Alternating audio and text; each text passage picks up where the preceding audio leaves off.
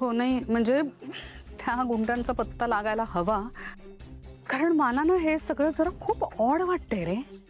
म्हणजे सारंगवर हल्ला काय होतो, त्यानंतर तिथे राजकुमार काय होतो, हा निव्वळ योगायोग असावा? नाही, मला नाही वाटत आहे. जरा शोध लावू ना पटकन. Okay madam. काय त्यांच्यापैकी एक जण जरी आपल्याला सापडला ना तर आपल्याला सगळ्याची आयडिया येईल. आणि मला कळलं की लगेच तुम्हाला कळवतो. ओके. हो, thank you so much. Thank you. Bye.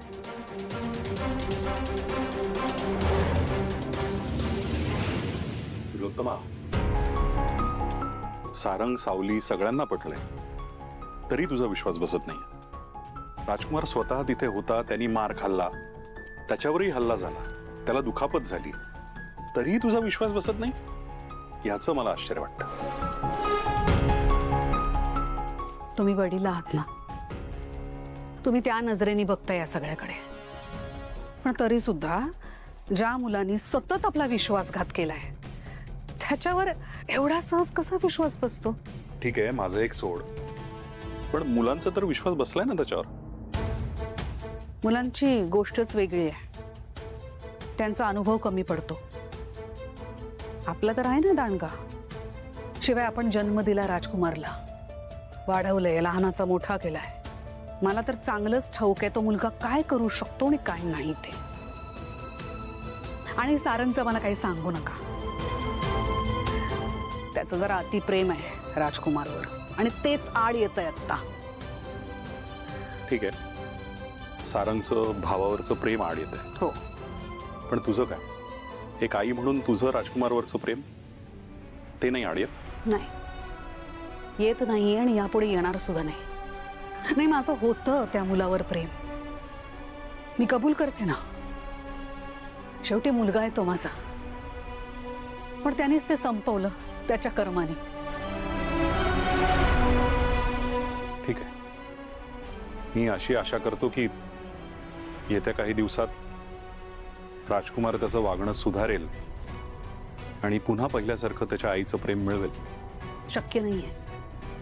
आणि जोपर्यंत ते गुंड सापडत नाहीत, जोपर्यंत सगळ्या गोष्टींची व्यवस्थित शहानिशा होत नाही, तोपर्यंत कुठल्याही निष्कर्षाला तुम्ही सुद्धा पोहोचू नका.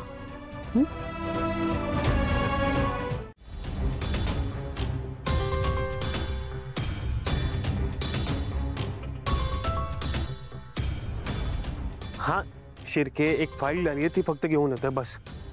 हा मी करतो.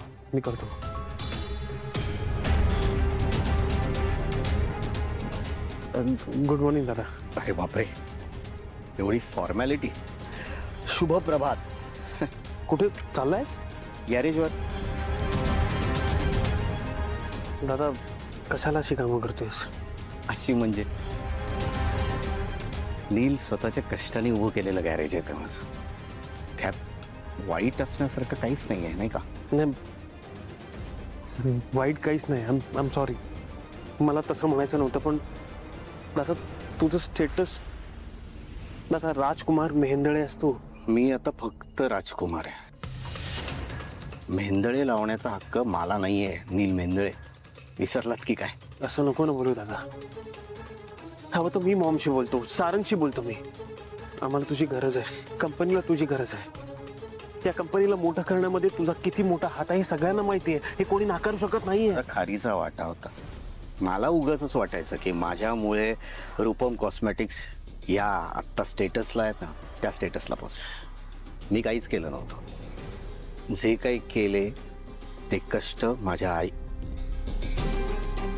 आई बाबांनी केलेत. मी फक्त त्यांना साथ देत होतो. उशिरा का होईना याची जाणीव झाली मला, आणि म्हणूनच हे गॅरेज सुरू केलं. स्वतःच्या पायावर उभं राहतोय, राहू दे की मला. आणि तसंही ना, भाडेकरूला घरावरती हक्क सांगता येत नाही. 137 कायदा सांगतो. मी भाडेकरू आहे. दादा असं नाहीये दादा. बरं मी माझ्या कारनी सोडू का? तुझं गॅरेज पण बघता येईल मला. आणि सेकंड हँड बाईक घेतली, पुण्याच्या ट्रॅफिक मधून जायला ना एकदम उपयोगाची असते. अरे या सगळ्या मोहात पाडू नकोस. आई काय म्हणाली माहितीये ना तुला? या घराच्या सुईवर सुद्धा माझा अधिकार नाहीये, विसरलास? एक मोठा भाऊ म्हणून रिक्वेस्ट करू का रे? प्लीज दादा. त्या दिवशी मी तुझ्या अंगावर धावून गेलो, चूक झाली माझी, मला माफ करशील? घाई नाही आहे, वेळ घे तुझा. आणि लोकेशन पाठवतो तुला. माझ्या गॅरेजवरनं चहा मस्त मिळतो, ये प्यायला. चाल. दादा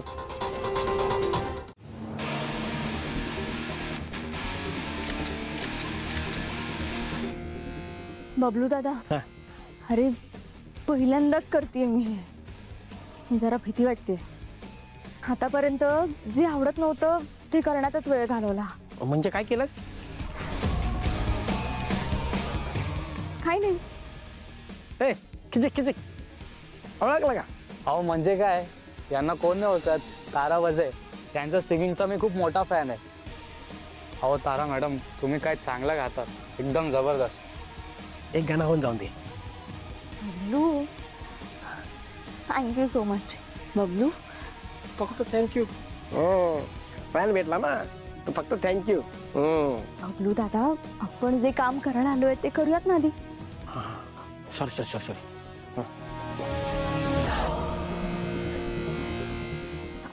सॉरी, ॲक्च्युली मी जरा नर्वस आहे. कारण मी गाणं गाते ना. वजे घराण्याचा हा वारसा आहे, ही परंपरा आहे आणि माझ्या आईचा हट्ट आहे. पण मॉडेलिंग माझं पॅशन आहे, माझी आवड आहे. बबलू दादा, थँक्यू सो मच. तुम्ही कंटिन्यू करा. हो हो.